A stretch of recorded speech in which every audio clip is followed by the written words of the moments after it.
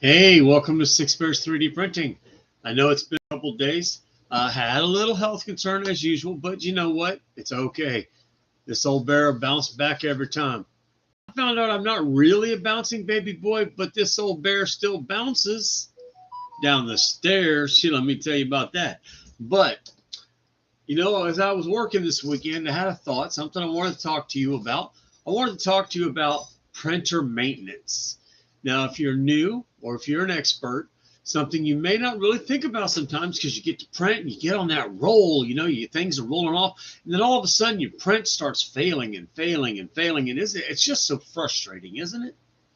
Nothing's sticking to the bed, or the prints are they're just dragging it across there. Nothing's, 9 times out of 10, you've printed so much, but you haven't paid attention to the basic details like printer maintenance. Now, I know that sounds very like, oh my God, what's he talking about printer maintenance? That can't be all that important, right? Well, I'm here to tell you, believe it or not, it really, really is.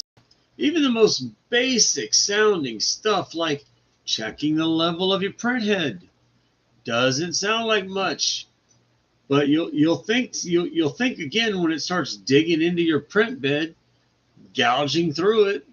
I don't know if you've done it yet, but you're going to do it one day. Your print head's going to go too close, and it's just going to rip into your print head and tear all the texture off of it. And you're going to be cussing. You're going to be like, what did that old fart say on the TV, or the YouTube, or the computer, wherever you're watching me? And you're going to be like, he said something about it. And ironically, that is all you're going to remember. But I'm here to tell you, we're going to talk about it anyway, okay? So listen up. Okay, on the front of your printers, doesn't matter what brand you have belt tensioners. Now you have them on your printers. They're little knobs that control the belts for the X and the Y axis. Now the Z axis is almost always done on a screw, so you don't have to worry about that. But the X and the Y is a canvas belt or a rubber belt, depending on the model. And just like your car, your truck, anything that uses a belt, what happens when you get the belt hot? It gets loose, right? So you got to tighten that belt down. And sometimes it doesn't quite snap back. If the belt's a little older, it's going to get hot, get loose, and stay loose. When it does, those bed slingers, which you see I have, these are all bed slingers. They can't sling accurately. The variance in the movement becomes too great, and you'll get offset bed prints and ruin a whole lot of prints, okay?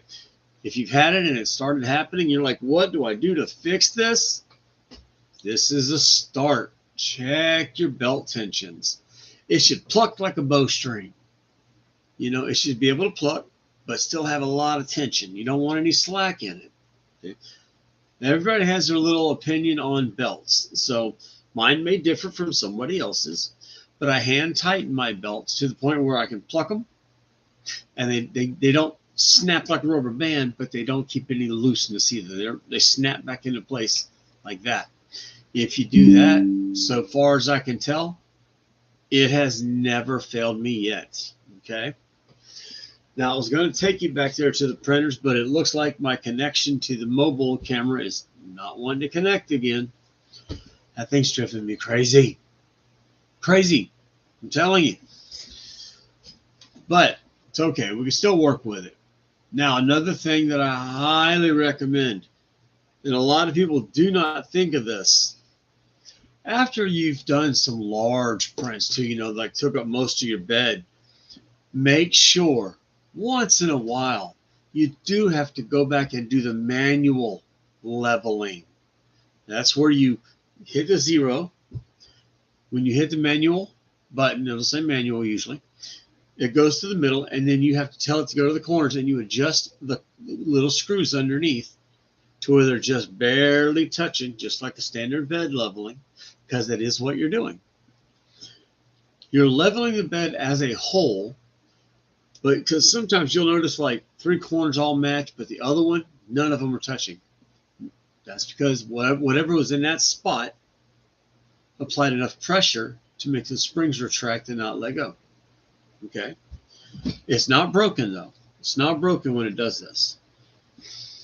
Now, when you're doing this, if you're taking things apart, have a system so that you know where they go. You're going to run out with a whole lot of little screws and you're not going to know where you put them. Take them out in order, A, B, C, D. Put them back in D, C, B, A, so that you know.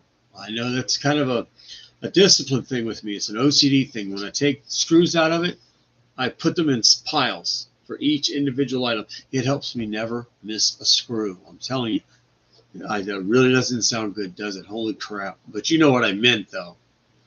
Okay? But, and I'm out of that. Okay. But anyway. Okay, so we're talking bed tensioners, bed levelers. Now, here's something you may not know. Your heating plate is aluminum. You probably know that. But here's what you're not realizing. As aluminum heats and retracts and heats and retracts, it's going to develop little valleys and mounds in it, so it's not straight anymore. That bed's actually shaped like that.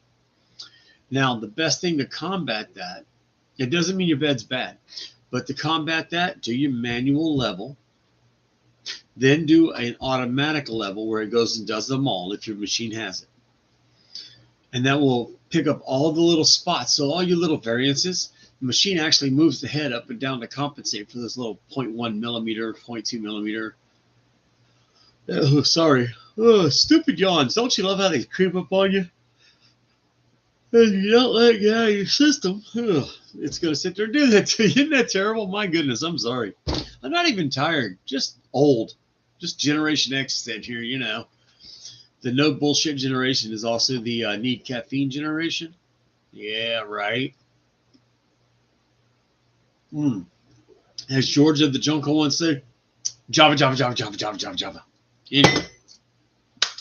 So, along with that, make sure you have extra nozzles on hand. Oh, hell yes, get nozzles. They're cheap. They're dirt cheap. Get a quality brass nozzle, because a worn out nozzle, those nozzles expand over time. Okay, that little pinhole gets bigger. It does that because even the softest plastic will wear that nozzle out, literally open that hole. As it expands, you no longer get accurate prints. You suddenly start getting layer lines, overruns, sloppy pieces hanging out. Man, as soon as I see that, I go, gotta change my funnel again. But check that if you're having any dirty prints, as I call them. Okay? I know it's a hassle. God, I know it's a hassle. But anyway, so on the good news front, let me tell you about the good news for Six Bears. I can't tell you what it is, guys. I can't, not yet. But I can tell you that I have been approved for a worldwide patent. What that means is that no one in the world has ever thought of my idea or tried to patent it. Ever. I have a unicorn idea is what I've been told. Okay. Now, I've already prototyped it many times, had it tested, got people wearing it at the gun range right now. I got things rolling and rolling and rolling. So all of the hard part is done. So I have a GoFundMe page to help me get my patent started. You got to do $750, and then out of a $16,000 cost. Oh, I'm choking just saying this. But so I got a little GoFundMe. Look up Six Bears 3D Printing on GoFundMe, or find me on Facebook. I posted it there. You can click the link, and you'll find how to get there, how to make a donation if you want to make a donation. If you want to see me on this journey, I call it my 1 in 8 billion 8 billion journey. Sorry, I'm stuttering. Because there's 8 billion people, and I'm the only one with this idea. Certified already. We're waiting.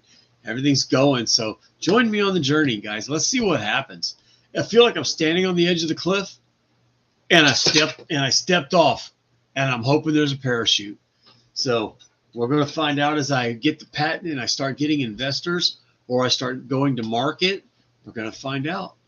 Join me. Let's see what happens. We're going to rock and roll. Okay. So, but as soon as I hit $750, because that's the minimum I can start it out at, I can reveal it to you. So let me get to the big reveal. Help me get to the big reveal. Let's do this. It's cool. It's really cool. I think you guys are going to like it. But as you can see right now, the printers none of them are on. Wonders of wonders. Well, that's because I'm overhauling them today. I'm getting ready to tear them down, take the heads off, the belts off, everything down to the nuts and bolts and nitty gritty. Blow it all out, reassemble it so it looks like a brand new machine, and it'll run flawlessly, as they always do. They never let me down. But I have, it's great news. I have good news. So, let's do one of those, or whichever you do, however you do it. And, let's hope and pray, because man, we're almost on the map, guys. Six Bears is about to be on the map. We are right there. Right there. Right there. Right there. Yeah, right there. We're so close. I can taste it. So let's jump off that cliff together. Let's take that 1 in 8 billion journey, okay? Let's do this thing. Yes, I'm excited. I'm overly excited. But let me show you. Y'all might remember these. Let me change the subject to something else. Y'all might remember when I made these for a pair of Marines from Vietnam. Now, I put a lifetime warranty on these for them.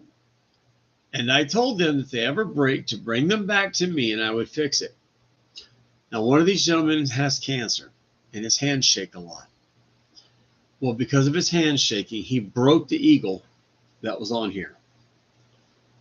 So I went in and designed him a more sturdy eagle with a higher detail quality. There's the camera. That way, it's a harder to break eagle. As you can see, it's much thicker in the wings. See, that's what he is, broke the wings off the other one, just touching it. So I think he's going to be pretty thrilled that we got it pretty fast. He handed it to us day before yesterday. I took yesterday off. And then bada bing, bada boom, there it is. So that's really all I had to say. Isn't that terrible? I don't even have very long videos anymore. I've said so much and so many that I've lost track of what I was following. But let's see, I'm looking around to see if there was anything I wanted to tell you about. Not really. Not really. I've pretty much discussed with y'all everything I wanted to discuss. But, I did have a fun. Now, let's talk about something on the less serious side. I had a funny thought the other day. So I took my RoboCop and I decided that what if, let's play the what if game, guys. What if all the RoboCops were actually Terminators in disguise waiting to take over humanity? See where I'm going with this? So look, we have the RoboCop Terminator built right here. And as you can see, this is really the Terminator inside of there too. It's not a fake, like a facade. It's real in there. It's like, wouldn't it be funny if all the RoboCops were Terminators and they took a friendly face to infiltrate the humans, right? And then they revealed themselves to be Terminators and wiped everybody out. Just a silly idea. I was playing around with it since I had these two sitting here. Put them together and boom, new idea. Isn't that wild? But that's about it. I'm trying to think if I've got anything new that I wanted to share with you. Nope. That's about it. Yeah, that's about it, guys. So it's not a long video today, but I hope it was some help. Think about your printer maintenance. Don't leave them unattended. It's just like a car. You got to pay it careful attention, because the littlest thing goes wrong and you're done for the day. Step off the field, you're finished. Let's not let you get there if I can help it, okay? So I'm looking. I think we've covered everything. Yeah. Yep. We've covered all the main stuff I wanted to cover at this time. There's more stuff that I'll probably want to cover, but it's just not at this exact moment, okay? So, all right. Well, we will see. Update. There's that Jeep That Jeep is in flawless. I finished the headlights for it too, by the way, so they came out amazing. So I will talk to y'all later. Have a good day. Blessings to everybody, and love, peace, and chicken grease.